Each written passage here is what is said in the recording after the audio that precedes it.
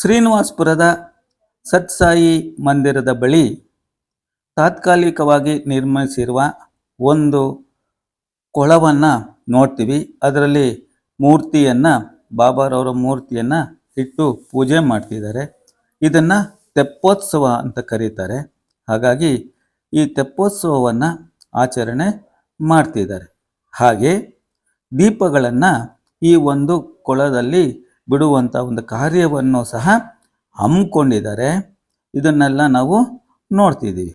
ಈ ದೀಪಗಳನ್ನು ಈ ಕೊಳದಲ್ಲಿ ಬಿಡುವಂತಹ ಮೂಲ ಉದ್ದೇಶ ಏನು ಅನ್ನೋದನ್ನು ತಿಳ್ಕೊಳ್ಳೋಣ.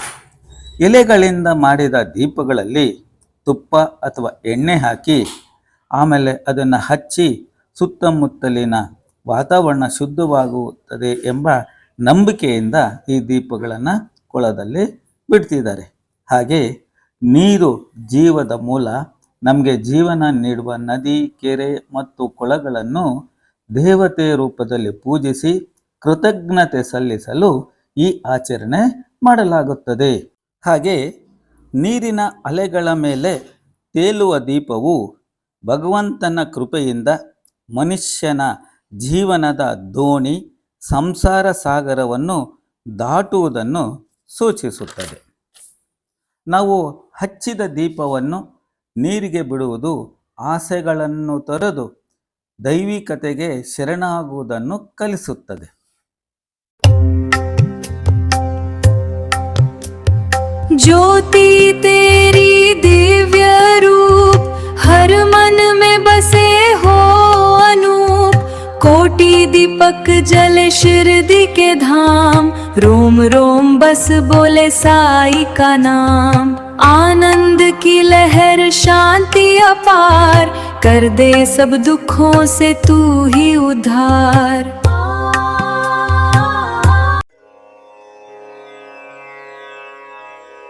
ज्योति तेरी मन में बसे, शांति का अमृत बरसे, घंटा नधा गुंजे कानों में, साई का दर्शन पावन थानों में, साई का दर्शन। ಅಂತರಂಗದ ತಮವ ಕಳೆ ಸದ್ಗುರು ಸಾಯಿ, ಆರತಿ ಬೆಳಗುವೆ ನಿನ್ನಯ ಜ್ಯೋತಿ, ಅಭಯ ಹಸ್ತವ ತೋರಿ ಪೊರೆ ನೀ ದಯಾಳು, ಶರಣು ಸಾಯಿ ಕರುಣಾಮಯಿ। शरणं गणेश शरणं गणेश। राम राम श्री साई राम राम राम राम, श्री साई राम राम राम राम। इष्टदाय महित मंगलम्, रामचन्द्राय जनकराजना मनोहराय, मामकाभीष्टदाय महितमङ्गलम्। कोसलेशाय मन्दहासदाश पोषणाय, वासवादिविनुतसराय मङ्गलम्। कौसलेशाय मन्दहासदाश पोषणाय, वासवादिविनुतसराय मङ्गलम्। रामचन्द्राय जनकराजजा मनोहराय, मामकाभीष्टदाय महितमङ्गलम्। रामचन्द्राय जनकराजजा मनोहराय, मामकाभीष्टदाय महितमङ्गलम्। चारुमेघरूपाय चन्दनादिचर्चिताय, बाणकटकशोभिताय भूरिमङ्गलम्। चारुमेघरूपाय चन्दनादिचर्चिताय, बाणकटकशोभिताय भूरिमङ्गलम्। रामचन्द्राय जनकराजजामनोहराय मामकाभीष्टदाय महितमङ्गलम् रामचन्द्राय जनकराजजामनोहराय मामकाभीष्टदाय महितमङ्गलम्. ಹೆಣ್ಮಕ್ಕಳ ಭಜನೆ ತುಂಬ ಅದ್ಭುತವಾಗಿತ್ತು. ಹಾಗೆ ಮನಸ್ಸು ಪ್ರಶಾಂತದ ಕಡೆಗೆ ಕೊಂಡೊಯ್ದು ದೇವರ ನೆನೆಯುವ ಒಂದು ಪ್ರಸಂಗವೂ ಸಹ ಮೂಡಿಬಂತು. ಇಂತಹ ಧಾರ್ಮಿಕ ಕಾರ್ಯಕ್ರಮಗಳಿಗೆ ಭಾಗವಹಿಸಿ ಮನಸ್ಸು ಪುನೀತವಾಗುತ್ತೆ. ಈ ಒಂದು ವಿಡಿಯೋ ಲೈಕ್ ಮಾಡಿ, ಶೇರ್ ಮಾಡಿ, ಸಬ್ಸ್ಕ್ರೈಬ್ ಮಾಡಿ. ಜೈ ಸಾಯಿರಾಮ್. ಈ ತೆಪ್ಪೋತ್ಸವವನ್ನು ನಾವು ಏತಕ್ಕಾಗಿ ಆಚರಿಸ್ತಾ ಇದ್ದೀವಿ ಅಂದ್ರೆ ಪರಿಸರಕ್ಕೂ ಒಂದು ಸಾಕ್ಷಿಯಾಗಿ, ಪಂಚಭೂತಗಳಲ್ಲಿ ಒಂದು ತತ್ವವಾದ ನೀರು, ಅದಕ್ಕೆ ನಾವು ಗೌರವ ಕೊಡುವುದಾಗಿ ಪಂಚಭೂತಗಳಿಗೆ ಗೌರವಾನ್ವಿತವಾಗಿ ನಾವು ದೀಪಗಳನ್ನು ಬೆಳಗಿ ತೆಪ್ಪೋತ್ಸವವನ್ನು ಆಚರಿಸುತ್ತಿದ್ದೇವೆ.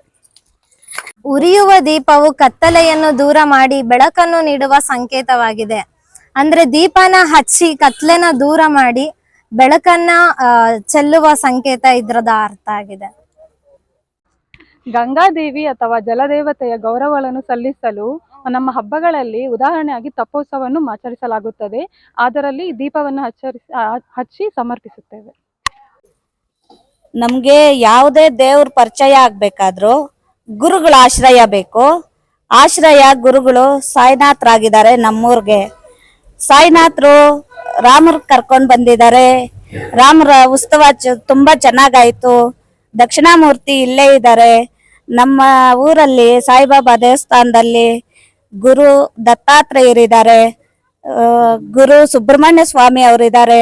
ತುಂಬಾ ವಿಜೃಂಭಣೆಯಿಂದ ಸಾಯಿಬಾಬಾ ಅವರು 17 ವರ್ಷದಿಂದ ನಮ್ಮೂರಲ್ಲಿ ತುಂಬಾ ವಿಜೃಂಭಣೆಯಿಂದ ಎಲ್ಲಾರ್ಗೂ ಕತ್ತಲೆಯಿಂದ ಬೆಳಕಿನಡೆಗೆ ನಡ್ಸ್ಕೊಂಡ್ ಬರ್ತಾ ಇದ್ದಾರೆ.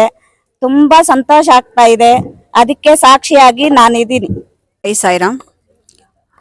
ಅಜ್ಞಾನದಿಂದ ಸುಜ್ಞಾನದ ಕಡೆಗೆ, ಜ್ಞಾನದಿಂದ ಬೆಳಕು ಕೊಡುವ ಒಂದು ಇದರಿಂದ ನಾವು ಇದನ್ನು ಆಚರಿಸ್ತಾ ಇದ್ದೀವಿ. ದೀಪವನ್ನು ಬೆಳಗೋದ್ರಿಂದ ನಮ್ಮಲ್ಲಿರುವ ಕತ್ತಲೆಯನ್ನು ಹೋಗಲಾಡಿಸಿ ಜ್ಞಾನವನ್ನು ಕೊಡಬೇಕಂತ ಆ ಶ್ರೀರಾಮಚಂದ್ರನ, ಸಾಯಿಬಾಬಾ ಅವ್ರನ್ನ ನಾವೆಲ್ಲ ಪ್ರಾರ್ಥಿಸೋಣ. ಇಲ್ಲಿ ಯಾವುದೇ ಒಂದು ಮತ ಭೇದ ಇಲ್ಲ, ಎಲ್ಲರಿಗೂ ಸಮಾನವಾದ ಒಂದು ಪ್ರೋತ್ಸಾಹವನ್ನು ಕೊಡ್ತಾ ಇದ್ದಾರೆ. ಇದರಿಂದ ನಮಗೆಲ್ಲ ತುಂಬ ಸಂತೋಷ ಆಗಿದೆ. ನಾವೆಲ್ಲ ಇದರಲ್ಲಿ ಇನ್ನೂ ಚೆನ್ನಾಗಿ ಭಾಗವಹಿಸೋಣ ಅಂತ ಹೇಳಿ ನಾನು ಕೇಳ್ಕೊಳ್ತಾ ಇದ್ದೀನಿ. ಜೈ ಸಾಯಿರಾಮ್. ಇದನ್ನ ಯಾವಾಗಲೂ ಹಿಂಗೆ ಮುಂದುವರ್ಸ್ಕೊಂಡು ಹೋಗ್ಲಿ ಅಂತ ಆ ಸ್ವಾಮಿ ಇವರಿಗೆಲ್ಲ శక్తిని ಕೊಡ್ಲಿ ಅಂತ ನಾವು హారిస్తాం ಎಲ್ಲರೂ సేరి. ఇప్పుడు ఈ కార్యక్రమము ఎందుకు చేస్తున్నాము, బాబాకి ఇట్లా దీపాలంతా వెలిగించి ఆ నీళ్ళలో బాబాని తిప్పి అంతా ఎందుకు చేస్తున్నామంటే తెప్పోత్సవం అంటారు దీన్ని ఎందుకు చేస్తున్నామంటే మనము మన మానవులంతా చేసిన పాప కర్మలు అంతా కూడా మాసిపోవాలని, అంతా కూడా వెళ్ళిపోవాలి, మనం అందరూ బాగుండాలి, ఆరోగ్యంగా ఉండాలి అని చెప్పేసి దీని అర్థం.